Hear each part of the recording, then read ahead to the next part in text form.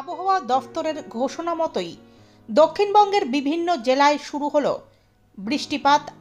বৃহস্পতিবার সকাল থেকেই গতকাল থেকেই একাধিক জেলায় বৃষ্টিপাত এবং শিলাবৃষ্টির জেরে জনজীবনে প্রভাব পড়তে শুরু করেছে।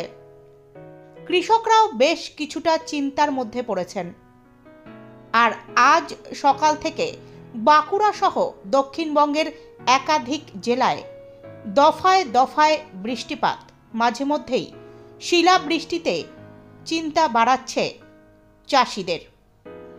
আলু চাষিরা তারা যেমন ক্ষতির আশঙ্কা করছেন, তার পাশাপাশি যে সমস্ত জমিতে সবজি চাষ করেছেন সেই কৃষকরাও ব্যাপক বৃষ্টি এবং শিলাবৃষ্টির জেরে তারাও কার্যত হতাশ হয়ে পড়েছেন।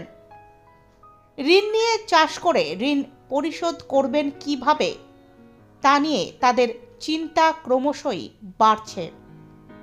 আগামী রবিবার পর্যন্ত এই আবহাওয়া থাকবে বলে জানিয়েছে হাওয়া অফিস। ফলে চিন্তা বাড়ছে কৃষক মহলে। আলুর পাশাপাশি সবজি চাষেও প্রভাব পড়বে বলে মনে করছেন চাষিরা। এই যে বৃষ্টিটা হলো আজকে, কতটা ক্ষতি হয়েছে?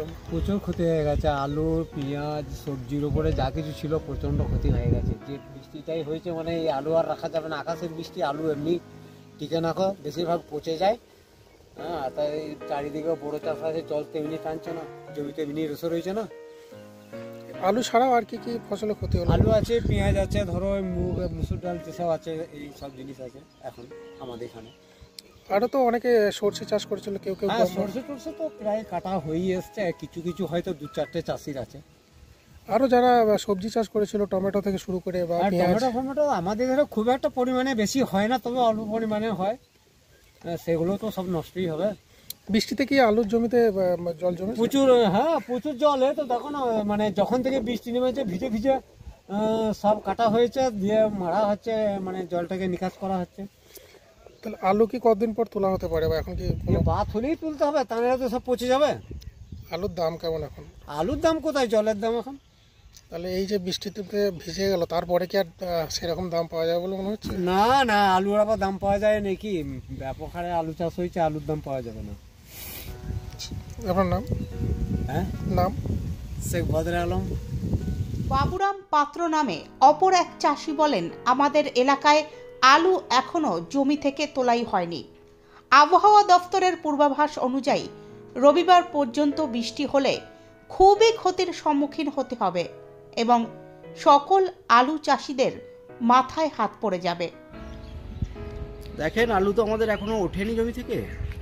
আলু প্রায় ওঠার মুখে, ধরুন এখনো নাই নাই করে ফাল্গুন মাসের প্রায় শেষের দিক পর্যন্ত সময় লাগবে আমাদের আলু তুলতে। অতএব এই অকাল বৃষ্টির জন্য আমাদের চাষিদের মাথায় হাত পড়ে গেছে। দেখুন, আলিপুর আবহাওয়া দপ্তর আপনার রবিবার পর্যন্ত বৃষ্টির পূর্বাভাস দিয়েছে। তাতে করে আমাদের গ্রামীণ যে আলু, সেই আলু তো আমরা তুলে উঠতে পারিনি। তো তাতে করে এখন আমাদের এই দফায় দফায় বৃষ্টির কারণে আমাদের আলু যে শেষ পর্যন্ত কীভাবে আমরা তুলতে পারবো কি তুলতে পারবো না, সেটা এখন বুঝতে পারছি না। তো এতে করে আমাদের এক কথায় চাষিদের মাথায় হাত পড়ে গেছে এবং এটা একটা চরম ক্ষতি বলে মনে করছি। শুধু এটা নয়, ধরুন আমাদের সর্ষে চাষও ধরুন আমরা হয়তো লাস্ট সেচ দিয়েছি 2-4 দিনের মধ্যেই, তারপরে এই বৃষ্টিটা পেলো মানে এই সর্ষেরও এক প্রকার প্রচুর পরিমাণে ক্ষতি। খুব চিন্তায় আছি, কারণ দেখুন যেখানে যা টাকা পয়সা ছিল, ধরুন আমরা চাষিবাসী মানুষ, সমস্ত টাকা পয়সা ধরুন খরচাখরচি করে তো আমরা এই চাষগুলোকে মানে তুলবো বা পরিচর্যা করে শেষ করব, এরকম একটা পরিকল্পনা আছে।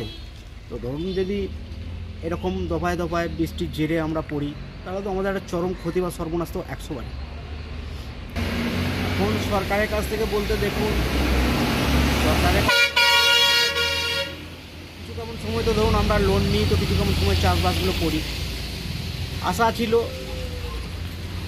এই আলু তুলে বলুন, সর্ষে তুলে বলুন, এগুলো কত কেনা বেচা করার পরে হয়তো সরকারের ঋণ পরিশোধ করে অবশিষ্ট যেটা হয়তো আমাদের থাকতো, সেটা নিয়ে হয়তো আমরা অন্যান্য কিছু পরিকল্পনা বা অন্যান্য চিন্তাভাবনা করতাম। কিন্তু সরকারের কাছে দফায় দফায় ঋণের কথা ভাবতে গেলে তো আমাদের ঋণের পাল্লাটা ভারী হয়ে যাবে না। তাহলে আমরা সরকারের কাছে আমরা ঋণমুক্ত হব কখন? তাহলে ঋণমুক্ত করবো কীভাবে? আপনার নাম?